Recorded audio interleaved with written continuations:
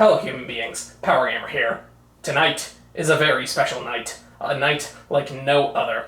Brace yourselves, because we are about to venture forth into one of the darkest and most disturbing games a children's company has ever created. It is an anomaly like no other, because it has captured as many hearts as it has scared away, both due to its dark nature and its impending sense of doom. Okay, I'm sorry, I can barely see out of this thing and there's no head strap to keep it on. You know what it is.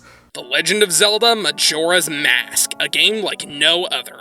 Sort of. Without a doubt, one of the most unique entries in the Zelda franchise for so many reasons, but one of the biggest ones being how soon it came out after the last one. Very rarely do we get more than one Zelda game on a specific console, so this was a big surprise. But then you look into it, and it's pretty easy to figure out why. It was developed by a team led by Shigeru Miyamoto, Eiji Aonuma, and Yoshiaki Koizuma, and it was originally going to be a remixed version of Ocarina of Time titled Year of Zelda, similar to what the Master Quest ended up being. But the team didn't really feel inspired to make something like that, so they handed it off to someone else. That version did end up being finished by the different team, but it was made for the Nintendo 64 disk drive, which was such a commercial failure it never released outside of Japan, so Year of Zelda never officially came out. The main team decided to make a completely new game, however, it reused almost all of its assets from Ocarina of Time, from the gameplay engine to the graphics to even most of the character models. Because of this, they were able to make the game in only 15 months, however, this whole process ended up severely overworking the writers and developers. The team was unsure about how to make a follow-up to a game as big as Ocarina of Time, so they decided to go in a completely new direction by having the game essentially loop over and over again. It was also one of 3 games to require the Nintendo 64 memory expansion, which allowed for higher quality textures, animations, and a slew of technical improvements, with the other 2 being Perfect Dark and Donkey Kong 64. And because of this, they were bundled in with all copies of the game. Majora's Mask was released for the N64 on April 27th, 2000 in Japan, October 26th in North America, and November 17th in PAL regions, only 2 years after the release of Ocarina of Time. And this is one of the few games to escape the Zelda cycle of getting universal praise upon its release. Now, don't get me wrong, reception was quite high, but not as high as some of the earlier titles, since its more unique gameplay turned a lot of people off, and people didn't quite love it as much as Ocarina of Time. Over time, though, that has changed a lot, as this game has developed a huge following, and now tons of people say this is their favorite entry in the series. It didn't sell as well as Ocarina of Time, but it did manage to sell over 3.36 million copies, so it was a decent hit, and much like its predecessor, it was remastered for the 3DS in 2015. Like with Ocarina of Time, my first experience with this game was with the 3DS remaster. Shortly after doing my 100% playthrough of Ocarina, I decided to finally play this one, and I loved it. This is one of those games that I got lost in. Over the course of summer 2019, I just could not stop playing it. Also, quick side note, this is one of my favorite box arts in any video game ever. But despite that, I did have some issues with it, and I'm not entirely sure whether or not I like it more or less than Ocarina of Time. So it's time I finally play the original version, since that might help me make my final decision. Although, like with Ocarina, I'm going to be taking some glances at the 3DS version to see what it does differently. I'm really excited to play this game again, so there's no time to waste.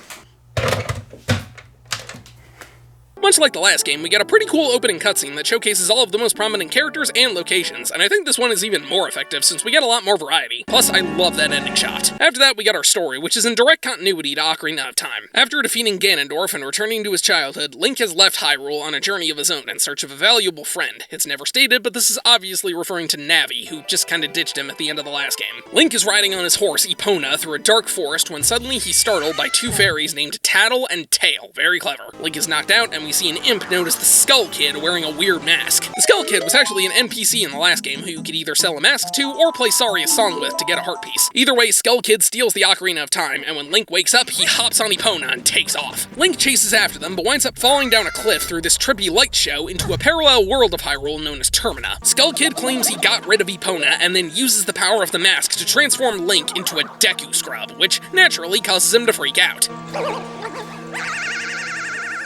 Skull Kid goes through this door with Tail, but Tattle ends up being left behind. She introduces herself to Link, begrudgingly apologizes, and offers to help him if he helps her find Tail. The two then continue walking through the forest, and along the way find the seemingly lifeless tree, who just looks sad. Poor little guy. They then wind up in this clock tower where they come across the Happy Mask Salesman, who you might remember from his side quests in Ocarina of Time. After giving the second most iconic line in Zelda history, the Happy Mask Salesman states that the mask Skull Kid was wearing belongs to him, and offers to help heal Link if he gets it back, but he says he only only has 3 days to do so. Link and Tattle then exit the tower and arrive in Clock Town, which is currently preparing for their annual Carnival of Time, which will also take place in 3 days. Things might seem fairly normal at first, and you wonder why this game is so focused on said 3 days, but if you take a slight glance upward, you'll find out why. The Skull Kid has been running around the area causing chaos, and his biggest misdeed is laying a curse on the moon, which now has this creepy, soulless face on it. But more importantly, it's slowly falling towards Termina, and in 3 days, it'll crash into the planet and kill everyone. Yeah, remember how I said Ocarina of Time got really dark with the whole Ganondorf taking over thing? Well, imagine if that happened right at the beginning of the game and you knew you couldn't do anything to stop it. Pretty freaking grim, huh? Well, unfortunately, the Skull Kid has taken refuge on the top of the clock tower, which won't open until the eve of the carnival. So Link and Tattle are forced to spend the next 3 days just roaming around town since these guards won't let you out. Come on, I can handle myself out there. How do you think I even got into this town? Do I look like a local to you? Well, anyways, you want to find this stray fairy and bring it to this fairy fountain, so the Great Fairy will give you back your magic meter. Then play hide and seek with this group of kids called the Bombers, who give you their password to their hideout, and go through it to reach this observatory where you find Skull Kid by looking through this telescope and then get this moon tier. Give it to this Deku Scrub, and on the third night, you can enter the clock tower. Here you find the Skull Kid, and Tail says you need to go to 4 separate places across Termina to stop the moon. Skull Kid swats him away in anger, and then uses the mask to speed up the moon's descent. So, yeah, we're doomed. There's literally nothing we can do here. The moon's gonna crash, and we do not have enough time to stop it. Or do we? By spinning a bubble at Skull Kid, he drops the Ocarina of Time, and Link has a flashback. Right before he left, Zelda gave him the Ocarina since it might be helpful, and then she taught him how to play the Song of Time, which would help him communicate with the Goddess of Time. And this is literally the only time we see Zelda in the entire game, despite her name being the title. Still more than we saw in Link's Awakening. Remembering this, Link whips out these Deku pipes he randomly had that are somehow connected to the Ocarina, and plays the Song of Time. This warps him and Tattle 3 days into the past. They speak with the Happy Mask Salesman, who whips a piano out of thin air. I do not trust this man, and he teaches us the Song of Healing. Link plays the song, and he has a vision of a giant Deku Scrub as he waves goodbye to it. This turns him back to normal, while also turning his Deku Scrub form into a mask. The salesman then asks for his mask back, and when he doesn't get it, he violently assaults a child.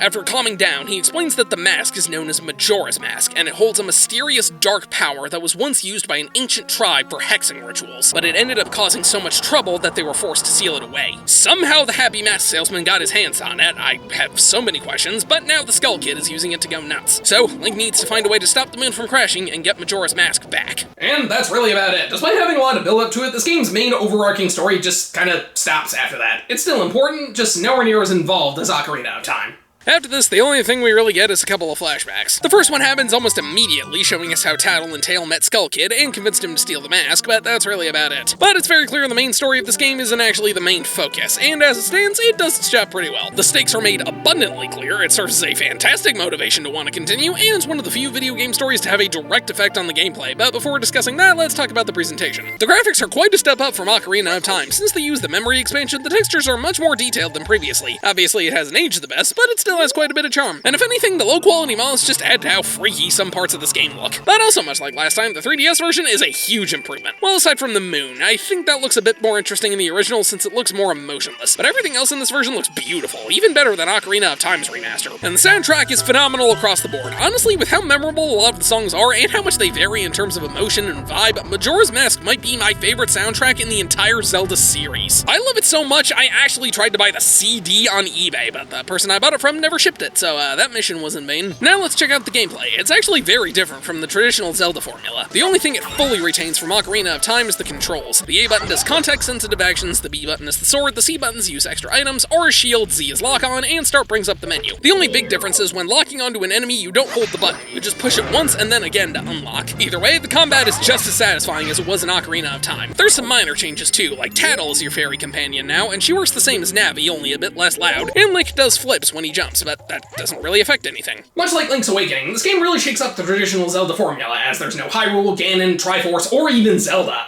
aside from that one flashback. The biggest difference, though, is this game's most defining element, which is one of the most love it or hate it things in any video game ever created. Remember how I said you had 3 days to stop the moon? Yeah, that's not just in terms of the story. You see this little dial thing in the center of the screen? That's your clock. Unless you're in a menu or dialogue, time is always flowing in this game. It's like Pikmin, or I guess more accurately, Pikmin is like Majora's Mask, but whatever. A day starts at 6 a.m. and lasts roughly 18 minutes, and you don't sleep. When the day ends, the next one immediately starts. However, once all 3 days are up, this happens.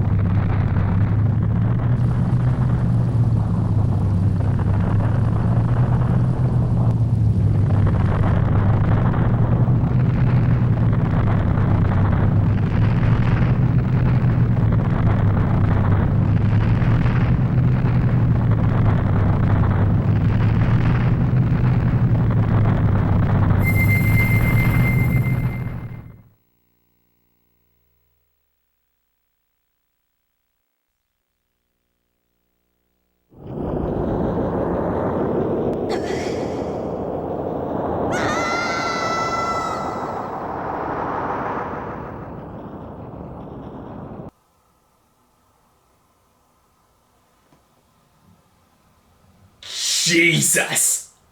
But don't be too alarmed, because this doesn't end the game or anything, it just sends you back to the last time you saved. And the game makes sure you don't forget this, because no matter where you are, the moon is always visible in the sky, and it just gets bigger and bigger as time goes on. Now, if you do the math, 3 18-minute days equates to 54 minutes total, and even the most dedicated of speedrunners can't finish this game in less than an hour. So the solution is basically ending up in the movie Groundhog Day. By playing the Song of Time on your ocarina, Link will reset the 3-day cycle and return to the dawn of the first day. Doing this restarts the clock, but it also restarts most of your progress. If you were in the middle of a quest or dungeon but ran out of time and reset the clock, any progress you made on that task is gone and has to be restarted. That is, unless you finish it, which results in you getting some important item that signifies it, meaning you don't have to do it again to finish the game. This also causes you to lose most of your items. Permanent items and upgrades like the bow, hookshot, and one of the many masks stay with you for good, but any consumable items like arrows, bombs, and even rupees are gone and you have to get them back. Thankfully, you can store any rupees you get in this bank in Clocktown by depositing them, and having this guy stamp your hand as a mark of how many you had, which is essentially time travel bank fraud. You can then withdraw some of your rupees to buy back what you lost, but that's not very efficient. This game heavily encourages you to save up your rupees, even rewarding you for doing so with a wallet upgrade and a heart piece. And it's not very hard to either grab some more to buy stuff, or just roam around the overworld to refill your stock. Short answer is you only want to reset time when you absolutely have to, and for a lot of people that is a complete deal breaker, since essentially having a time limit throughout the whole game can be really stressful, but at the very least you can restart that time limit over and over again as many times as you want, as opposed to the previously mentioned Pikmin where you had 30 days and that was it. Thankfully, there are ways to circumvent this a little bit. By playing the inverted Song of Time, which is just the Song of Time backwards, you slow down the flow of time, essentially tripling the 3-day cycle, which is necessary. If it wasn't for this, many parts of this game would be miserable because of how quick you need to move and how long it can take. But with this, unless you waste a lot of time on something, you should have more than enough time to complete whatever challenges lie ahead. The only thing I find stupid is that some puzzles reset if the day changes, which can be really annoying. In terms of scale, the game has been tremendously shrunken down from Ocarina of Time. Upon turning back into a human, Link can exit Clocktown and explore Termina Field, which is only a fraction of the size of Hyrule Field. I honestly think this is a good thing, since my biggest complaint with Ocarina of Time was the field was way too big and way too empty. Here it's much easier to get to where you need to go, since everything is so packed together it's almost laughable. A dense, murky swamp is just a 90-degree turn away from a dry, rocky canyon. And this condensation greatly affects the main quest as well. Aside from maybe the 2 open-world games, Majora's Mask has what might be the least important main story in the entire series, because there are only 4 dungeons in the entire game. At the end of the first 3-day cycle, Tail tells you to go to the swamp, the mountain, the ocean, and the canyon to get help. And those 4 locations are the only places to have temples. We seriously have half the number of dungeons that the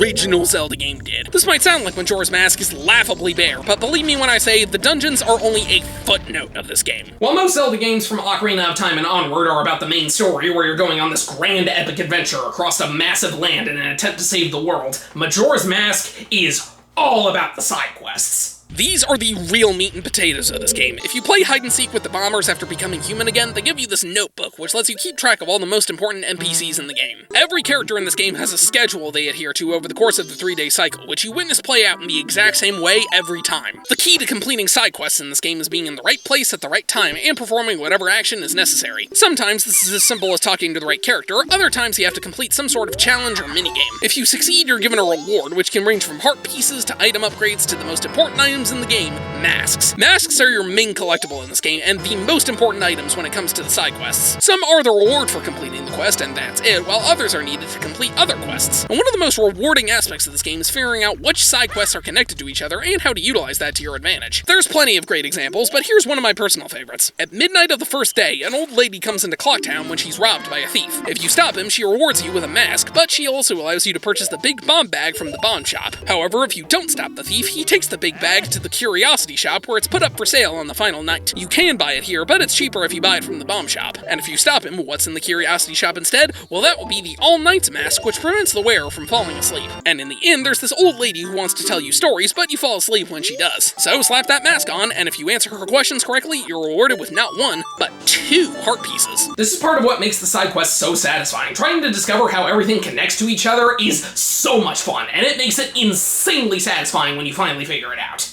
And thankfully, Link should be well equipped for the journey. Most of the items from before are back, like the bow, which has 3 elemental arrows, the hookshot, Deku nuts, Deku sticks, bombs, bomb shoes, which are barely needed in this game, the lens of truth, and bottles, which can hold potions and fairies. And we have the ocarina working the same as before. Of course, the Song of Time resets the clock. Like I said, the inverted Song of Time slows things down, but there's also the Song of Double Time, which is playing each note twice, and it fast forwards to the following morning or night. The only other songs that return are Epona's song and the Song of Storms. Plus, you can make a Scarecrow song, but it's only used like twice. For new ones, we have the Song of Healing, which is used to get certain masks. The Song of Soaring replaces all those warp songs from last time. Now you just play this one and select where you want to go, which is wonderful. And a bunch of more complicated ones that are used to reach all of the dungeons, but we'll get to those later. In terms of new stuff, the only things really added are the masks. There's 24 masks total, and some of them are only needed for side quests, while others are essential to beating the game. The 3 most important ones are your transformation masks. The first one is the Deku mask, which returns Link to his Deku scrub form. This allows him to do the spin attack, launch out of Deku flowers to glide, skip across water, spit bubbles at enemies at the cost of some magic, and even drop Deku nuts to do damage. The Deku scrub form is solid enough, but probably the weakest of the main 3. The Goron mask is easily my favorite. It transforms Link into a Goron, which allows him to roll around at high speed. It drains your magic as you do that, but it's not hard to refill, so rolling around with this thing is awesome. You can also punch enemies, it makes you immune to lava, and it allows you to carry these powder kegs, which are essentially more powerful bombs. Finally is the Zora mask, which lies in the middle for me. It turns Link into a Zora, which allows him to swim around. This makes underwater travel and combat way easier, since he can also shoot his fins like a boomerang and surround himself with an electric shield at the cost of magic, although I will admit swimming in tight spaces can be kind of annoying. And as a bonus, all 3 masks change the ocarina to a different instrument. The Deku Scrub gets pipes, the Goron gets bongos, and the Zora gets a fish guitar. The transformation masks are one of the best additions to this game, since they really help it stand out not just from Ocarina of Time, but every future game in the series, both due to the puzzles they create and the different ways you can use them.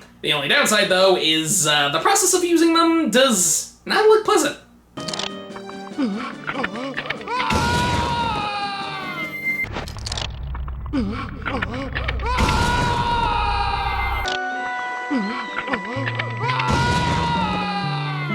Aside from those, most of the masks don't really do much. They just serve as a way to get heart pieces, which you're gonna need a lot of, since only 4 dungeons means only 4 heart containers. The only masks that really do anything are the Blast Mask, which causes an explosion without needing a bomb. The Stone Mask makes you invisible to most enemies, that's awesome. The Bunny Hood doubles your running speed, which is tremendously appreciated. This is even better than the Pegasus Boots. And the Great Fairy Mask helps you collect stray fairies. Stray fairies are hidden inside all of the dungeons. They're essentially the spirits of great fairies that have been split apart. By collecting all 15 in each dungeon and bringing them to the respective fairy fountain, you can restore the Great Fairy, who will give you some reward. We don't have the Goddess spells anymore, but we do still have the upgraded spin attack and increased magic meter. The other 2 give you an increase to your defenses, and the Great Fairy Sword, which is this game's equivalent of the Bigoron Sword, only it's an equipable item since this game doesn't have gear. Its place in the pause menu was taken up by the masks. On that note, the dungeons are pretty solid, but much like an Ocarina of Time, they can go on a little long, which is an issue because of the whole time limit thing. The inverted Song of Time can't help prevent this, but if you get really stuck, you can wind up running out the clock. And if you reset, you don't have to do the the entire thing over again since you keep the map, compass, and whatever dungeon item is in here, which is all bow-related for some reason, but all of the puzzles reset, and you lose any keys and strafe areas, which is really frustrating. Each dungeon ends with a boss fight, and these are really different from the ones in earlier Zelda games. Before it was all about using whatever item you just got to weaken them, but here there's no one correct strategy to the fights. You just gotta hit them enough times. They have certain attacks, and there's different things you can do, but most of them don't have one clear solution like before. All 4 of the areas in this game are suffering from some major problem. In addition to some more personal stuff, the swamp is poisoned, the mountains are frozen, the ocean's temperatures are rising, and the canyon is being ransacked by restless spirits. By completing the dungeons, you return these areas to normal, and some of the side quests require you to do this in order to complete them. The areas reset when you play the Song of Time, but thankfully once you complete a dungeon for the first time, you can instantly warp to the boss room and beat them to finish it. I think you should just need to reach the boss in case you run out of time while fighting it, but it's still appreciated. Since there's only 4 dungeons in this game, you're mainly expanding your health via heart pieces, and there's more of them in this game than any other entry in the series. You get these from doing side quests, just finding them in the open, or playing minigames like 2 different shooting galleries where you need to get the high score, racing to a treasure chest, or ones that you have to beat on all 3 days like landing on platforms as a Deku Scrub or hitting targets while this couple dances. There's also some minigames that give you bottles like this beaver race, or going through these graves on all 3 nights. Overall, this game is pretty awesome, but in terms of structure, there's only one thing I really don't like about it, and that's the save method. For some reason, you can only save the game when you reset time, and since you only want to reset at the end of a cycle, you won't be saving very often. There are these owl statues scattered around that you can save at, which also serve as warp points, but this is only a quick save if you really need to turn the game off. If you turn it back on and then don't save again because something happens with the game, you lose all of your progress in that cycle. And normally I would be able to deal with this, but because the universe hates me, I had this game freeze on me multiple times, causing me to lose a solid hour's worth of progress. Yeah, that's my luck. The one game that keeps freezing on me is the game I can't consistently save. But thankfully this issue was fixed in the 3DS version, so not only can you save at the owl statues permanently, but they even added some other save points in extra areas of the game.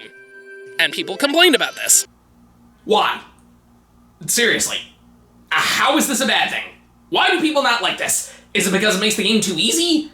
Well, if it's that big a deal, just only save the game when you reset time. There is literally nothing stopping you from doing this. All this does is make the game more accessible to newcomers, and it makes it so you have a potential safety blanket in case the game glitches out. I will never understand why people bring this up as a negative towards the 3DS version. Well, on that note, let's get more into what the 3DS version does differently. It retains most of the same changes as Ocarina of Time. You have an extra item slot, and the Ocarina has its own icon thanks to the touchscreen. The control is a lot smoother thanks to the circle pad. You can use the 3DS gyroscope to aim things, and the bottom screen makes both the map and menu navigation much easier. But for the Majora's Mask specifics, the clock is this meter instead of a sundial, which is a bit less thematic but much more straightforward. There's an extra bottle you can find, which is just kinda neat. Some of the items and quests have been switched around, but that doesn't really matter that much. Clocktown has been reorganized a bit, so the bank is in the south instead of the west. They made it so you don't have to manually enter in the amount of rubies you have when depositing them at the bank, thank God. The Bomber's Notebook has been hugely expanded since it now goes over pretty much everything rather than just the most important stuff, and the boss fights have been drastically changed, but I'll save those for later. But now let's get into what's inferior from the original, the transformations. The Goron is the same, but the Deku Scrub can no longer speed skip. If you spun right before skipping across water, you move faster, which lets you cover more distance, but here that's been removed, which is a bit of a letdown. And of course, the big change that everyone brings up, the Zora swimming. The default swim speed went from this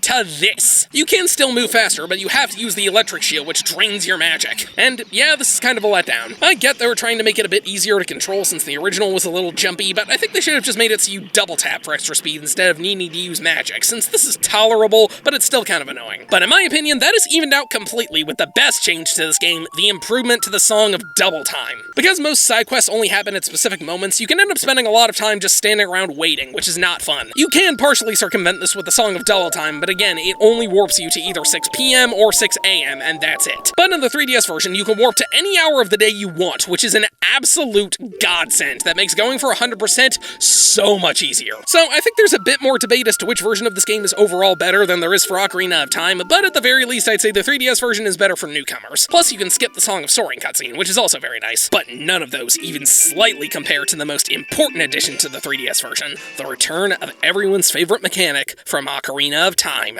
Fishing! Yep, they added fishing holes in the swamp and ocean, and you want to catch certain fish, but many of them only appear under specific conditions, and you have to use your masks to figure out which ones are there. Needless to say, I did not feel the need to do this, nor did I on my first playthrough, since you get nothing for catching them all. Well, there's one thing left to talk about before we get back to the main story, and I made sure to save it for last, because if you know anything about Majora's Mask, you know exactly what it is. By far, the most important element of the entire game. The characters. This game has what is probably the best set of characters in the entire Zelda series. I know that sounds like a hyperbole, but I mean it when I say they are fantastic. Admittingly, the whole mirror world thing is just an in-game excuse as to why they straight up reuse so many models from Ocarina of Time, but while some characters are similar to their Hylian counterparts, most are completely different. Kume and Kitake go from a major boss fight to just old ladies that run a potion shop. The running man is now the postman who must adhere to his schedule at all costs. Talon is now a bartender who's loyal to his business no matter what. The cuckoo lady actually has a name, Anju, and she runs the inn, and they even split young and old Malin into two separate characters. Almost all of the characters in this game are interesting or likable in some way. Some are really funny, some are more sympathetic, and some are just plain weird. Majora's Mask is such an anomaly of a game, as it's able to have comedic, bizarre, and absurdly dark moments throughout the whole thing, and none of them feel out of place. Plus, there's a great sense of mystery to it all, which makes exploring that much more fun. And because the characters are so likable, it genuinely makes you want to help them, which makes completing the side quests even more satisfying than they already are. In terms of both main and side characters, this game is absolutely fantastic writing. A lot of townsfolk are debating whether or not to cancel the carnival because some are convinced the moon isn't actually going to fall, can't imagine someone being that naive, and the mayor is caught in the middle of an argument, which is hilarious. The happy mask salesman is really creepy with his erratic movement and fast-changing emotions. The Gorman brothers who run a horse track seem to know more than they let on. There's a hand in the toilet, I'm not sure I want to know. And I'd be hard-pressed to not mention what might be the most iconic character in the game. Tingle. Tingle is a 35-year-old man who dresses in green tights and flies around on a balloon hoping he'll someday get a fairy of his own. And he is integral to completing the game since you need to buy maps from him. But there is a lot more to him than meets the eye. In the swamp, there's a photograph contest being held, and the guy running it is revealed to be Tingle's father, who's disappointed in what his son is up to. However, if you submit a photo of Tingle to the contest, he confesses that, despite that, he deeply cares for his son and simply wants what's best for him. And that's actually really sweet that despite Tingle's bizarre lifestyle, his father still loves him at the end of the day. This game has a lot of moments like this, and many of them all come to a forefront during the most intense part of the entire 3-day cycle. At midnight of the third day, the final hours begin. The clock then turns into an actual timer showing you just how much time is left. The sky begins to turn red, the ground continuously shakes, and the moon is closer than ever before. And the way people react varies wildly. Some people laugh in the face of danger like the construction workers, some panic and freak out like the swordmaster who, despite acting brave earlier, is found cowering in a corner, and some tragically accept their fate like the bartender who says he stuck around hoping that he would be able to see his favorite customer one last time. Who is his favorite customer? Well, the only one that was willing to come see him. You. Moments like this are what the game is all about. Ocarina of Time was about saving the world, but Majora's Mask is about helping the people. In Ocarina of Time, Link was a child who was forced into adulthood way too early in an attempt to stop a cataclysmic event. In Majora's Mask, he's attempting to regain that lost childhood and unable to do so because of the darkness in the world around him. Link has witnessed untold horrors in both of these games, but at the end of the day, he's still just a child. He lost his innocence at a very young age, but that gives him the motivation to carry on through the dangers in front of him. And despite the fact that he constantly resets time and essentially undoes all of his good deeds, it doesn't matter, because he knows at some point in time, he helped these people, and that's all that matters. Well, at least that's the intention anyway, because if there's one character in this game that could have been a bit more interesting, it's Link. Like last time, he doesn't really emote that much, but we do get a bit more personality from him due to the reason he set out on this quest in the first place, and the other people are enough to make up for it. I really like the dynamic he has with Tattle, since at first she pretty much wants nothing to do with him and only wants to find Tail, but as the game goes on, she really grows to care for Link. You can tell she has remorse for her actions and really cares about not only Link and Tail, but also the Skull Kid, and wants to help all of them as best she can. Link works for what the game does, but I still felt like I should bring that up. And on that note,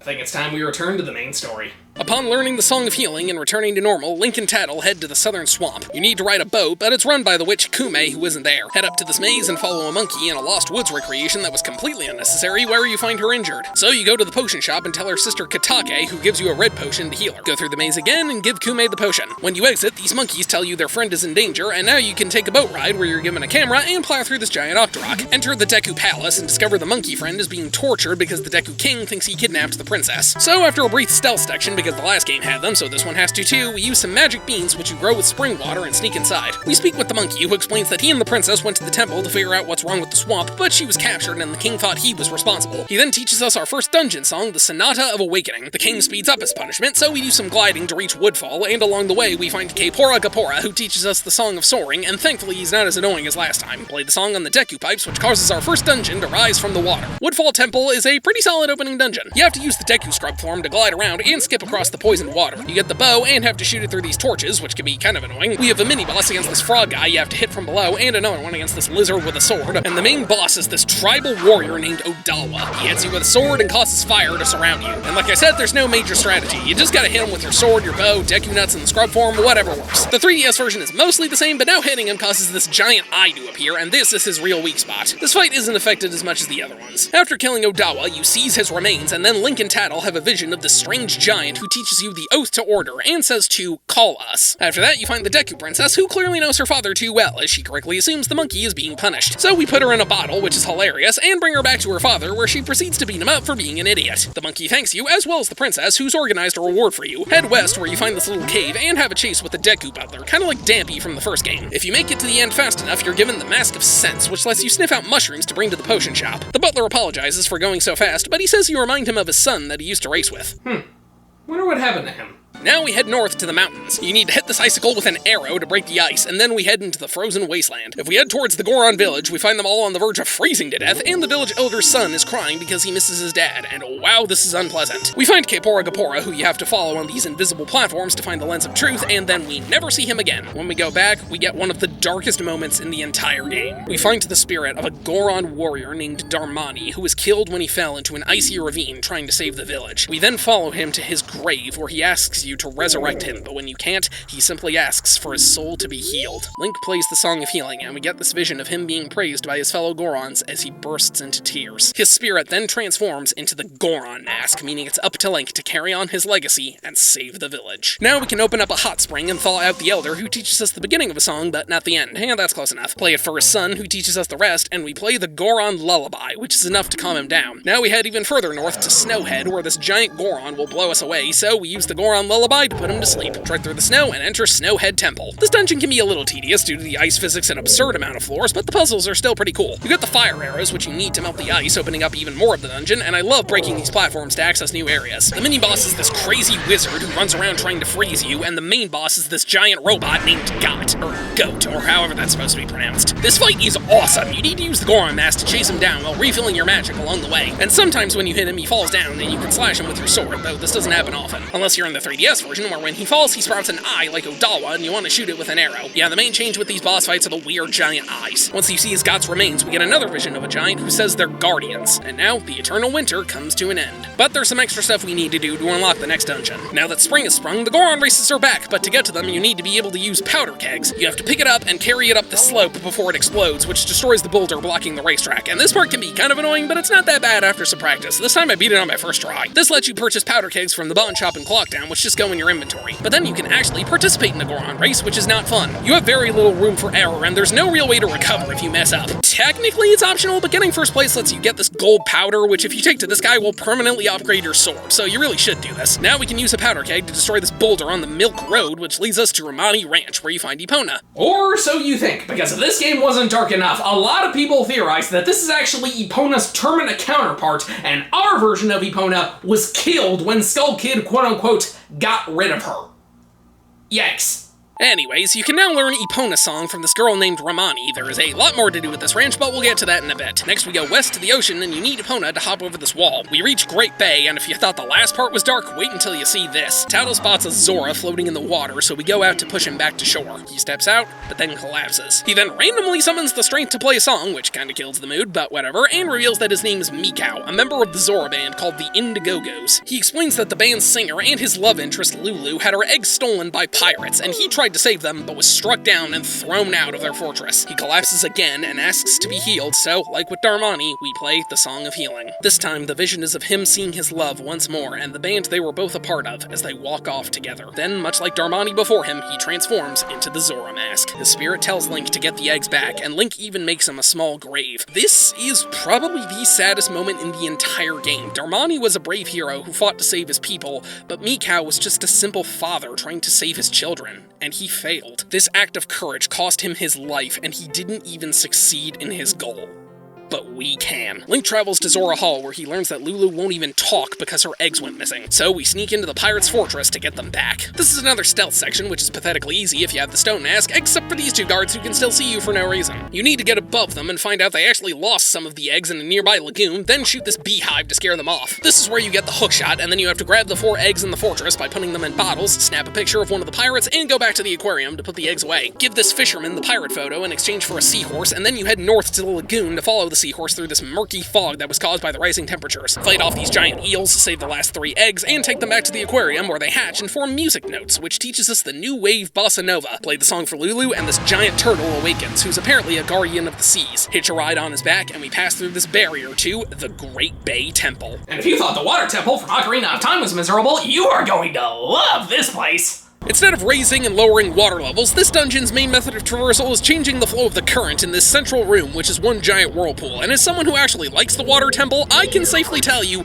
this place sucks. The currents are super confusing to navigate, and if you don't do it correctly, it leads to even more backtracking than last time. Plus, the center room is insanely annoying since it's constantly sweeping you around, meaning you can unintentionally go the wrong way. No joke, when I first played this game, I spent maybe 5 minutes in this dungeon before going, screw it, I'm just using a guide. And this time, I just had it right from the start. We get the ice arrows in here, which are actually needed to beat the game this time, since not only do they freeze enemies, but you can use them to create little icebergs. In the original, you can do this anywhere, although it doesn't work if you're too close to a wall, but in the 3DS version, you can only do it in specific spots, which I can live with. This place has 2 mini-bosses, this stupid monster covered in eyes, why are there so many of these, and another frog who's covered in this goo, and you have to shoot with the ice arrow so he comes falling down. The boss fight is this giant fish named George. Okay, I know it's actually supposed to be pronounced Georg, but George is funnier, so that's what I'm calling him. Anyways, this fight blows. You need to send him with either the bow or boomerang fins, then dive into the water and hurt him with the electric shield, but if you get too close to him, he swallows you whole. It's kind of a crapshoot where he is, and you can stun him with the shield, but that's a lot more risky. And the 3DS version somehow made this fight worse, because in addition to the giant eye like the last two, now there's a second phase that's entirely underwater where he sucks you towards him and you have to make him eat these mines. It's insanely annoying and super easy to trip the mines yourself or cut them too early. Get his remains, and we have a giant dream where he asks you to save his friend. After that, Lulu is back to normal and the band can perform, so who's gonna tell them? Finally, we can go east to the canyon, but you find this guy at the top of the cliff who won't let you enter. You have to go to the Gorman Brothers racetrack and use Epona to beat them in a horse race, so they give you the Garo mask, which looks completely different in the 3DS version, and allows you to enter Ikana Canyon. Well, that sure served a purpose. Wearing the Garo mask causes these Garo ninjas to appear and fight you. If you hit them, they give you a hint on what to do, and then explode. You also have to enter this graveyard on the first night and play the Sonata of Awakening to wake up this giant skeleton. Chase him down and fight him, and he reveals he was the captain of the Stalfos soldiers who fell in battle, and he's been looking for a replacement, which is now you. You get the captain's hat and use it to convince these guys to open a grave where you meet the spirit of a royal composer named Flat, who teaches you the Song of Storms. You then go up the canyon and play it for his brother Bass, which lays him to rest and causes the water to flow into this music box house where a little girl named Pamela steps outside. If you go in, you find this nightmare fuel. This scientist accidentally turned himself into a Gibdo, and if you attack him, Pamela intervenes because he's her father, and despite being turned into a monster, she still loves him, and oh, my heart! If you play the Song of Healing, though, he's turned back to normal, and the two of them share a really sweet moment. Plus, you get the Gibdo mask. Hope you enjoyed that lovely scene, because the next part is awful. You have to go down in this well and do a really annoying trading quest with the Gibdos, which you can only speak to thanks to the Gibdo mask. A lot of the items aren't in the well, so you gotta leave to go find them. Once you make it through, you get the Mirror Shield, which once again lets you reflect beams of light. You use this to get into the Ikana Castle, which is a mini-dungeon that ends with you fighting the spirit of the Ikana King and his 2 soldiers. You want to kill them by burning open these windows and then shining a beam of light on them after you knock them out. This fight takes forever, especially since you can't hurt the king when he does the stupid floating head attack. If you win, the 2 soldiers bicker, and then the king teaches you the Elegy of Emptiness, which lets you create these freaking looking clones of yourself, with the normal one being the most famous. Then you make your way up the stone tower by using the Elegy to create clones of your different forms to stand on switches, although the Deku Scrub is useless since it's not heavy enough. At the top, you reach the last dungeon, the Stone Tower Temple, which is both the hardest and coolest dungeon in the entire game. You get the light arrows and have to shoot these gems, which causes either the room you're in or the entire dungeon to flip upside down. It can be a little confusing to navigate and get all the stray fairies, but it is a really awesome design. Aside from this stupid stray fairy that gives you 10 seconds to reach the switch, and I literally spent 20 minutes trying to get to it, only for the game to freeze! The mini-bosses are a Garo Master, which is just a stronger version of the ones you fight outside, the wizard guy from Snowhead Temple, only he shoots fire instead of ice, and this bat guy you have to hit with light arrows. This dungeon also gives you the Giant's Mask, which you need for the boss, these 2 giant bug things named Twin Mold. You need to put on the Giant's Mask, which makes you grow giant, and then slash the heads and tails, simple as that. The mask drains your magic as you wear it, but you can refill it, so this fight is really easy. And this is actually the only part of the game where you can use this thing. They must have thought it was too easy though, because they completely changed it for the 3DS version and it is horrible. First you shoot one of them with arrows to make the giant eye appear, and then you use the giant's mask to kill the other one. But you move slow as hell now, and instead of the sword, you punch him until he shows the eye, and then hit that. You can throw these boulders, but you only have 3, so you can't afford to miss. This takes forever, and it is easily the worst change in the remaster. When you get the remains, we have our final giant vision, and they say to call them on the clock tower, but also to forgive our friend. But we can't finish the game yet. Majora's Mask is one of those games that is just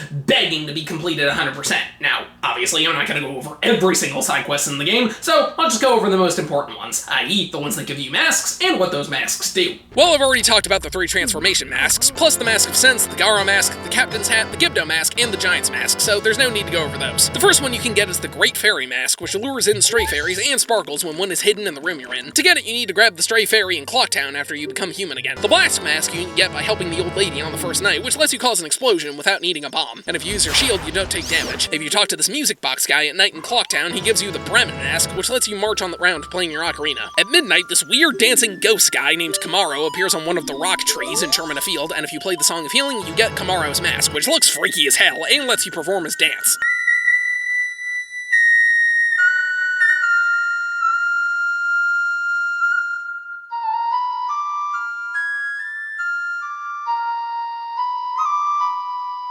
If you teach it to these sisters who are practicing for the festival, you get a heart piece. After getting the Goron kid to stop crying, you can break open the chandelier to find Goron food. Bring it to this Goron on a cliff, and he'll give you the Don Garros mask. After beating God, you can then round up these 4 missing frogs, 2 of which are the mini-bosses in Woodfall and Great Bay temples, and by conducting their ceremony, you get a heart piece. In Romani Ranch, you can find this guy who's sad the world is ending because it means his chicks won't grow into roosters. But if you use the Bremen mask to become the Pied Piper and round them all up, he gives you the bunny hood, which lets you run faster. Well, thank you, buddy. Now then.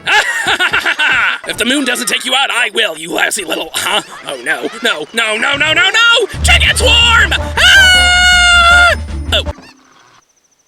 Okay then. Okay, now let's really get into what happens at Romani Ranch. For the first 2 days, there's this boulder blocking the path, but on the 3rd day, it's gone thanks to this guy. If you go in there, you see this little girl named Romani looking completely out of it, and her older sister Crimea looking really regretful. Once you get the powder keg, though, you can enter the ranch on the first day to get Epona. You see Romani is a weird girl, as she gives you the nickname Grasshopper, but she's still functioning at least. She then tells you that every year before the carnival, these weird ghost alien things come to steal the cows. She's training to protect them and asks you to help. If you come back at 2 a.m., the aliens arrive, and you have to shoot them with arrows to keep them from getting into the barn. If they do, though, Romani is abducted along with the cows, and the next day you find out that her stone face is the result of them doing God knows what to her. This was meant to be a kid's game, right? Well, if you manage to fight them off, she thanks you by giving you a bottle of milk. The next day, Crimea says she's going into Clocktown with a milk delivery and asks if you want to tag along. Come back at 6 p.m. and she tells you a bit about herself, but then the wagon is attacked by the Gorman brothers, and you have to shoot arrows at them to prevent them from stealing the milk. Succeed, and Crimea thanks you by giving you the Romani mask. Unless you've already done this quest, in which case she does this.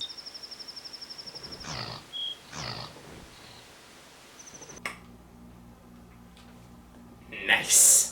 The Romani mask lets you into the milk bar, which lets you purchase 2 types of milk. The normal one, which heals you, and the Chateau Romani, which gives you infinite magic for the rest of the cycle. Getting into the bar also lets you talk with the 3rd Gorman brother, who became a circus leader. The manager of the Indigogos is trying to get a music show started, so by playing your instruments with all 4 of your forms, the music brings a tear to the Gorman's eye and reminds him of why he became a circus leader in the first place. As thanks, he gives you the circus leader's mask, which prevents the Gorman brothers from actually attacking you if you're wearing it while doing the Crimea quest. If you head towards the Icona Canyon after jumping over these fences, you can use the Lens of Truth to find this injured soldier. Give him a red potion and he'll give you the stone mask, which obviously makes you invisible to enemies, although in the 3DS version he was moved to the inside of the pirate fortress. Outside the Deku Palace, you can enter this mini-dungeon called the Skull House. This guy was cursed like the family from Ocarina of Time, so you have to clear out all 30 gold Skulltulas to cure him. As thanks, he gives you the Mask of Truth that lets you talk to gossip stones, as well as animals, which you want for this dog race in Romani Ranch that can give you a heart piece. Like I said earlier, the All Knights mask can be purchased from the Curiosity Shop, and it lets you stay awake during this lady's stories, which give us some backstory on Termina. We learned that the Carnival of Time is meant to honor the giants in hopes of a great harvest, and that the giants formed Termina when they went their separate ways, much to the dismay of their friend, an imp. That just leaves 4 more masks, but they're all part of the same quest, which I made sure to save for last. If you've played this game, or at least know anything about it, you know exactly what it is, because this one side quest is so beloved and so famous that it actually got its own dedicated chapter in the Majora's Mask manga. And that is, of course, the couple's quest. By going into the mayor's office on the first day and speaking with his wife, Madame Aroma, she'll ask if you can help her find her son, Cafe. She then gives you Cafe's mask, and if you go to the inn while wearing it, Anju will recognize the mask and ask you to speak with her later that night. At around midnight, you meet her in the kitchen, and she reveals that Cafe is her fiancé, who seems to have vanished, but she received a letter from him. She then asks you to mail a letter back, so you drop it in the mailbox. The next day, you follow the postman and discover this kid running around wearing a Keaton mask is Cafe, and he was turned into a child by the Skull Kid. He then explains that he and Anju were going to combine their Sun and Moon masks on the night of the carnival, but his mask was stolen by Sakan, the same thief who robbed the bomb lady, but he's waiting to try and spot him. He gives you a pendant, which you then take to Anju, and she agrees to wait for him. The next day, you find the man from the curiosity shop in Cafe's hideout who reveals that he went after Sakan in Akana Canyon, and gives you both a letter for his mother and the Keaton mask he was wearing, which lets you see these Keatons and answer questions for a heart piece. You find Cafe in Akana Canyon waiting for Sakan to return so he can sneak into his hideout. When the last night falls, Sakan comes prancing by, and if you stay hidden, you can get inside. Cafe triggers a conveyor belt which can cause you to lose the mask, so you gotta move quickly. You take control of both him and Link, with Cafe pushing these blocks and Link fighting enemies to open these doors. If you get through in time, Cafe will reclaim his sun mask and rush back to town. After this, you either give the letter to Madame Aroma, which gives you a bottle, or give it to the postman, who then brings it to Madame Aroma. She tells him to flee, and with his life no longer bound by the schedule, he gives you the postman's hat, which lets you grab a heart piece out of the mailbox. So, yes, you have to do this twice in order to complete the game. As the final hours creep by, Anju sits in her room waiting for him, and with only an hour and a half left to spare, he returns, and we get one of the most emotional moments in any game I've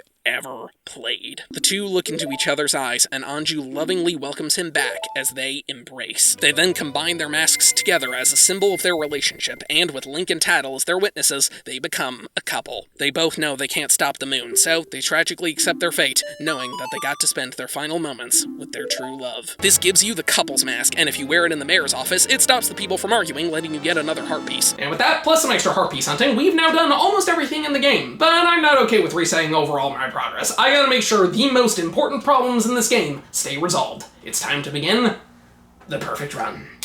Dawn of the first day. First we grab some rupees, then head to the swamp and heal Kume, talk to the monkey, then into the temple, beat Odawa, and save the princess. Back to Clocktown to speak with Anju. Now let's get that powder keg, open Romani Ranch, and talk to her. Go to Snowhead, calm down the kid, and take out God, returning spring. Wait for nightfall at the end, get Anju's letter, into the mailbox you go. Back to the ranch, fight some aliens, cows are saved. Dawn of the second day. Head to Great Bay, save those eggs, back to town, talk with Cafe. Back to the ranch, save that milk, get that hug. Heal Kamaro, teach that dance to them girls, finish the eggs. Dawn of the final day. Kill George, onto the canyon. Beat the king, up the tower. It's on, Twin Mold. Take him out, speak with the curiosity shop guy, get the moon's tear, wait with Cafe, into the hut, get the mask, back to Clocktown, save the postman, they come together, now it's go time. Much like before, we see Tattle and Skull Kid bicker as the moon speeds up. Play the oath to order, and the giants come together to stop the moon from falling. Skull Kid gets knocked out, and Tattle is pissed, but Tail tells her to go easy on him. Then the mask reveals that it's been in control this whole time and using Skull Kid as a puppet. It drops Skull Kid and flies into the moon, causing it to fall again.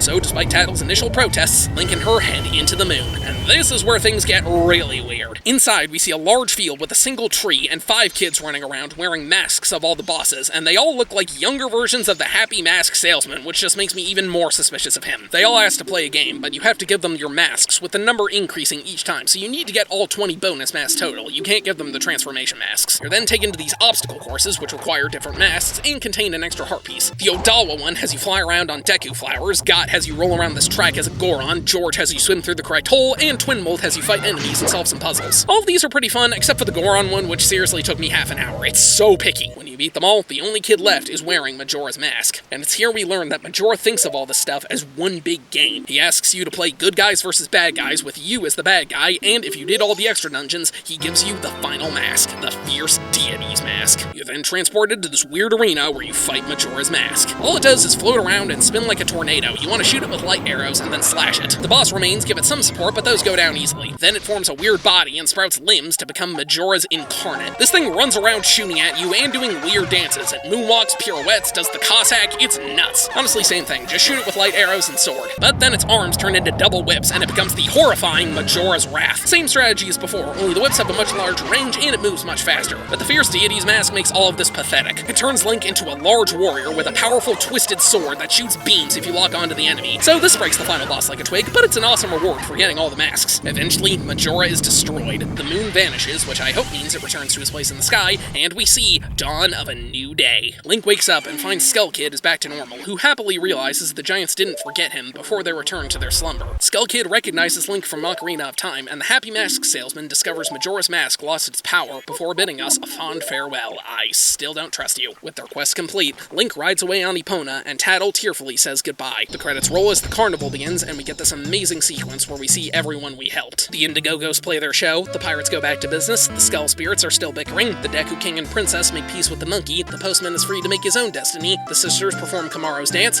this guy got to see his chickens grow, the great fairies have been restored to their proper forms, Romani and Crimea can protect their cows, the bomb lady is safe, the circus leader gets to watch an amazing performance, the music box guy performs for a large crowd, Pamela happily reunites with her father, and everyone comes together to celebrate Anju and Kafei's wedding. They all live happily ever after. Well, almost all of them. We then see the Deku Butler crying over that sad little tree we saw at the beginning of the game, which we can only assume is his long-lost son. Despite all of Link's efforts, he sadly wasn't able to help everyone, because some things are just beyond fixing. Link and Epona ride off into the forest, and the last thing we see is a carving on a stump of Link, Skull Kid, Tattle, Tail, and the Giants.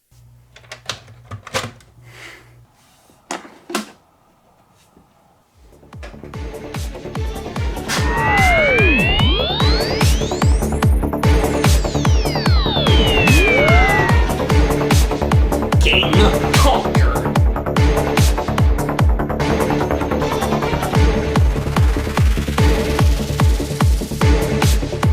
I'll be the first to admit Majora's Mask is not a game for everybody. This to me qualifies as a niche game, where it won't necessarily appeal to everyone, but if you are someone who enjoys it, I guarantee you are going to have an amazing time. And I am one of those people. I love the hell out of this game. The combat is just as satisfying as Ocarina of Time. Most of the dungeons are really cool. There's so many interesting gameplay mechanics. The side quests are super fun to figure out, and it has some of the best writing and characters in any video game I have ever played. I've gone back and forth for a while on whether or not I prefer this game to Ocarina of Time, since while I think the good stuff is better, I think it has more problems with it. There are some parts of this game that just totally suck, but even with those, I can now say with confidence, Majora's Mask is my favorite Zelda game of all time, though Ocarina of Time is a very close second. If you're someone who can deal with the constant time limit, I am fairly certain you are going to love this game. If it's your first time playing, I'd probably recommend the 3DS version since it's a bit more beginner-friendly, but the N64 version still has a lot going for it. This is easily one of my top 5 favorite video games of all time, possibly even top 3. But there is one question that remains. What would happen if the moon really did crash into the Earth? Would someone be able to stop it in just 3 days? No, of course not!